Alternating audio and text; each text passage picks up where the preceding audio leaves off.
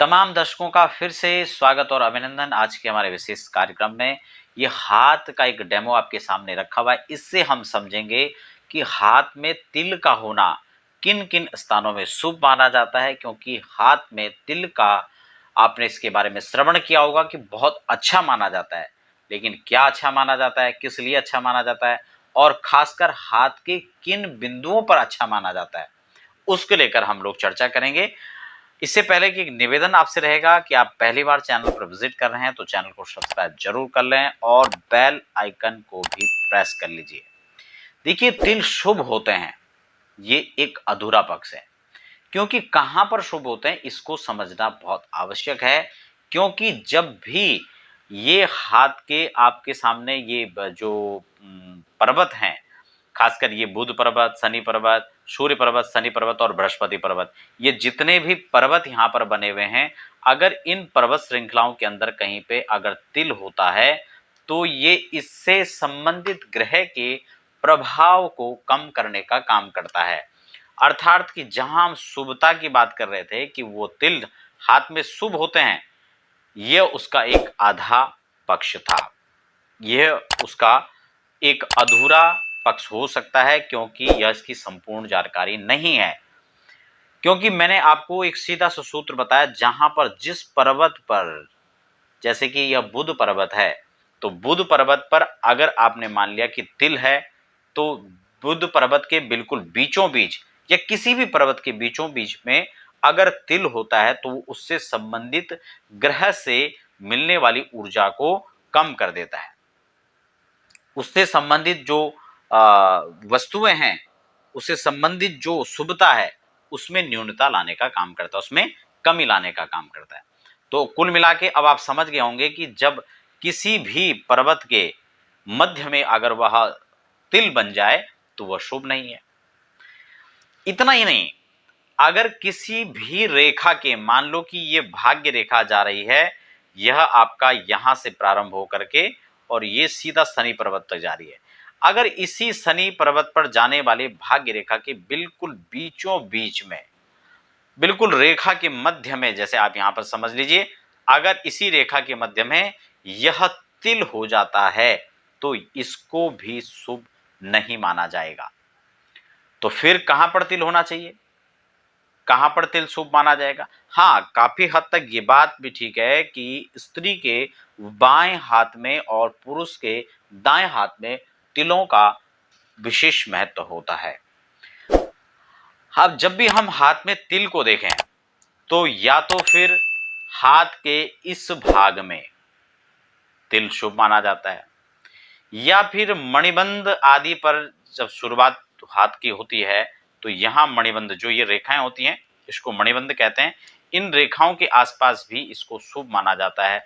या फिर हाथ के बीचों बीच वाले भाग में किसी रेखा को छोड़ करके, यहां पर आप समझ लीजिए जैसे, या फिर हाथ के इस भाग में जहां रेखाओं को छोड़ दिया जाए, क्योंकि मस्तिष्क रेखा आ रही है, इसको छोड़ दिया जाए, हृदय रेखा को हट करके यहाँ पे हो रहा है, ये भाग्य रेखा इससे भी हटा हुआ है। ऐसी तमाम मुख्य रेखाओं पर, मुख्य रेखाओं से हट करके जब यह तिल अगर आपके हाथ में बनता है तो बहुत शुभ है। यह आपके कार्य क्षेत्र में आपको सफलता दिलाने वाला, आपके कार्य में आपको तरक्की दिलाने वाला, साथ ही आपको धन संपदा और वैभव वर्चस्व के मामले में यह तिल आपके लिए शुभता का काम करेगा। विशेषकर जब भी किसी पर्वत की बात आ रही थी तो उन पर्वतों के समीप अगर तिल होता है, मान लो कि इस बुध पर्वत से हट करके इसके बीच में ना हो करके यह तिल इसके पृष्ठ भाग में हो, या इसके अग्र भाग में हो, या उंगलियों के किसी इन पोरों में हो, तो यह भी शुभ माना जाएगा।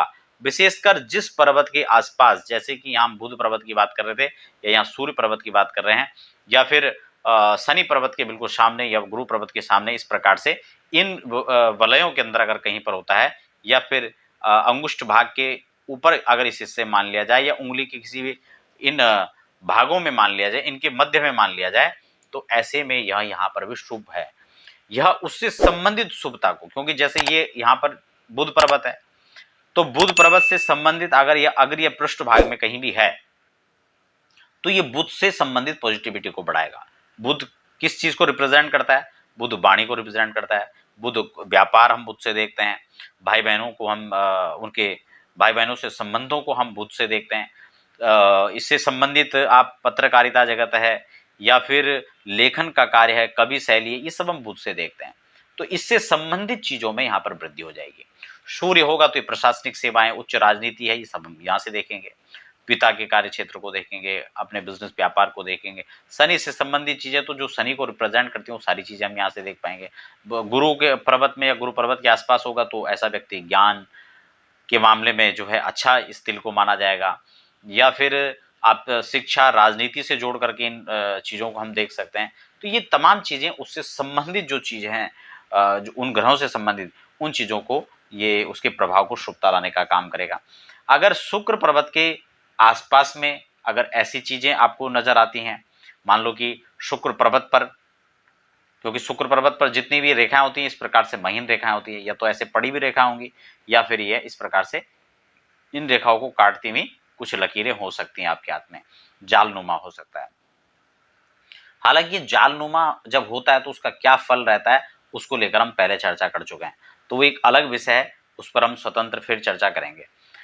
तो इस प्रकार से या तो ये रेखाएं कटी हो सकती हैं, ठीक है, तो तब भी इसमें यहाँ पर जो है इसका कोई बड़ा अशुभ प्रभाव नहीं देखने को मिलेगा, बल्कि यह शुभता ही लाने का काम करेगा। या फिर इन भागों में जैसे मैंने कहा ये स्पेस जहां पर होता है यहाँ पर भी अच्छा माना जाएगा। और इतना ही नहीं, अगर आपके हाथ के मणिबंध की हम जैसे बात कर रहे थे, यहाँ पर जहां से ये हाथ स्टार्ट होता है, इन मणिबंध पर या फिर हथेली के पृष्ठ भाग पर भी अगर कहीं होता है, हाथ आपके कलाई पर हो गया या फिर आपके कंधे पर हो गया, भुजा पर हो गया, तो ऐसी जगह भी यह शुभता का काम करेगा और यह आपके तिल जो है आपके लिए बहुत शुभ माना जाएगा। मित्रों, आपके किस हाथ में और किस स्थान पर तिल है और उसका क्या प्रभाव रहेगा यह आप समझ चुके होंगे। हमें कमेंट बॉक्स में जरूर लिखें कि आपके किस भाग में हाथ पर तिल है।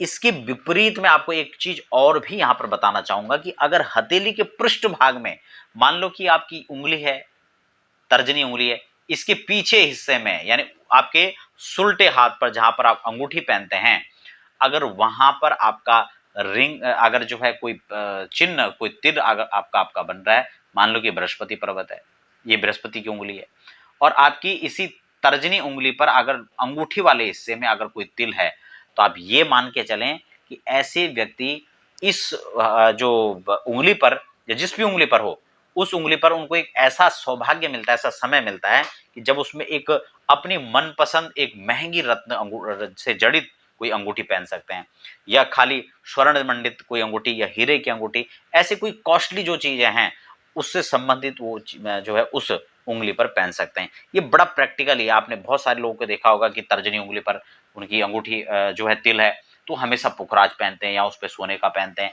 इस वाली पे है तो गोल्ड या हीरे की अंगूठी अक्सर पहनते हैं, मतलब महंगे रत्न जड़ित अंगूठी वो वहां पर पहन लेते हैं। कलाई में है तो उनके हाथों में ऐसा संयोग बनता है कि वो महंगी से महंगी घड़ियां वहां पर पहनते हैं, उनको इस तरह का शौक होता है।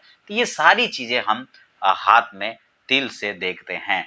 लेकिन जो एक मुख्य पक्ष था कि आज जो आपको सिर्फ हाथ में तिल है वो शुभता का है, परिचायक है, ऐसा नहीं, बल्कि किसी खास लाइन को काटने वाला या फिर किसी खास पर्वत पर बना हुआ तिल को हम उतना शुभ नहीं मानते हैं। वो उससे संबंधित फलों को वहां पर न्यूनता लाने का काम करता है। तो आशा करता हूं कि आपको तिलों से संबंधित रहस्यों को आप समझ चुके होंगे। आप बने रहें, हम मिलते हैं फिर खास कार्यक्रम में, तब तक दीजिए इजाजत। धन्यवाद।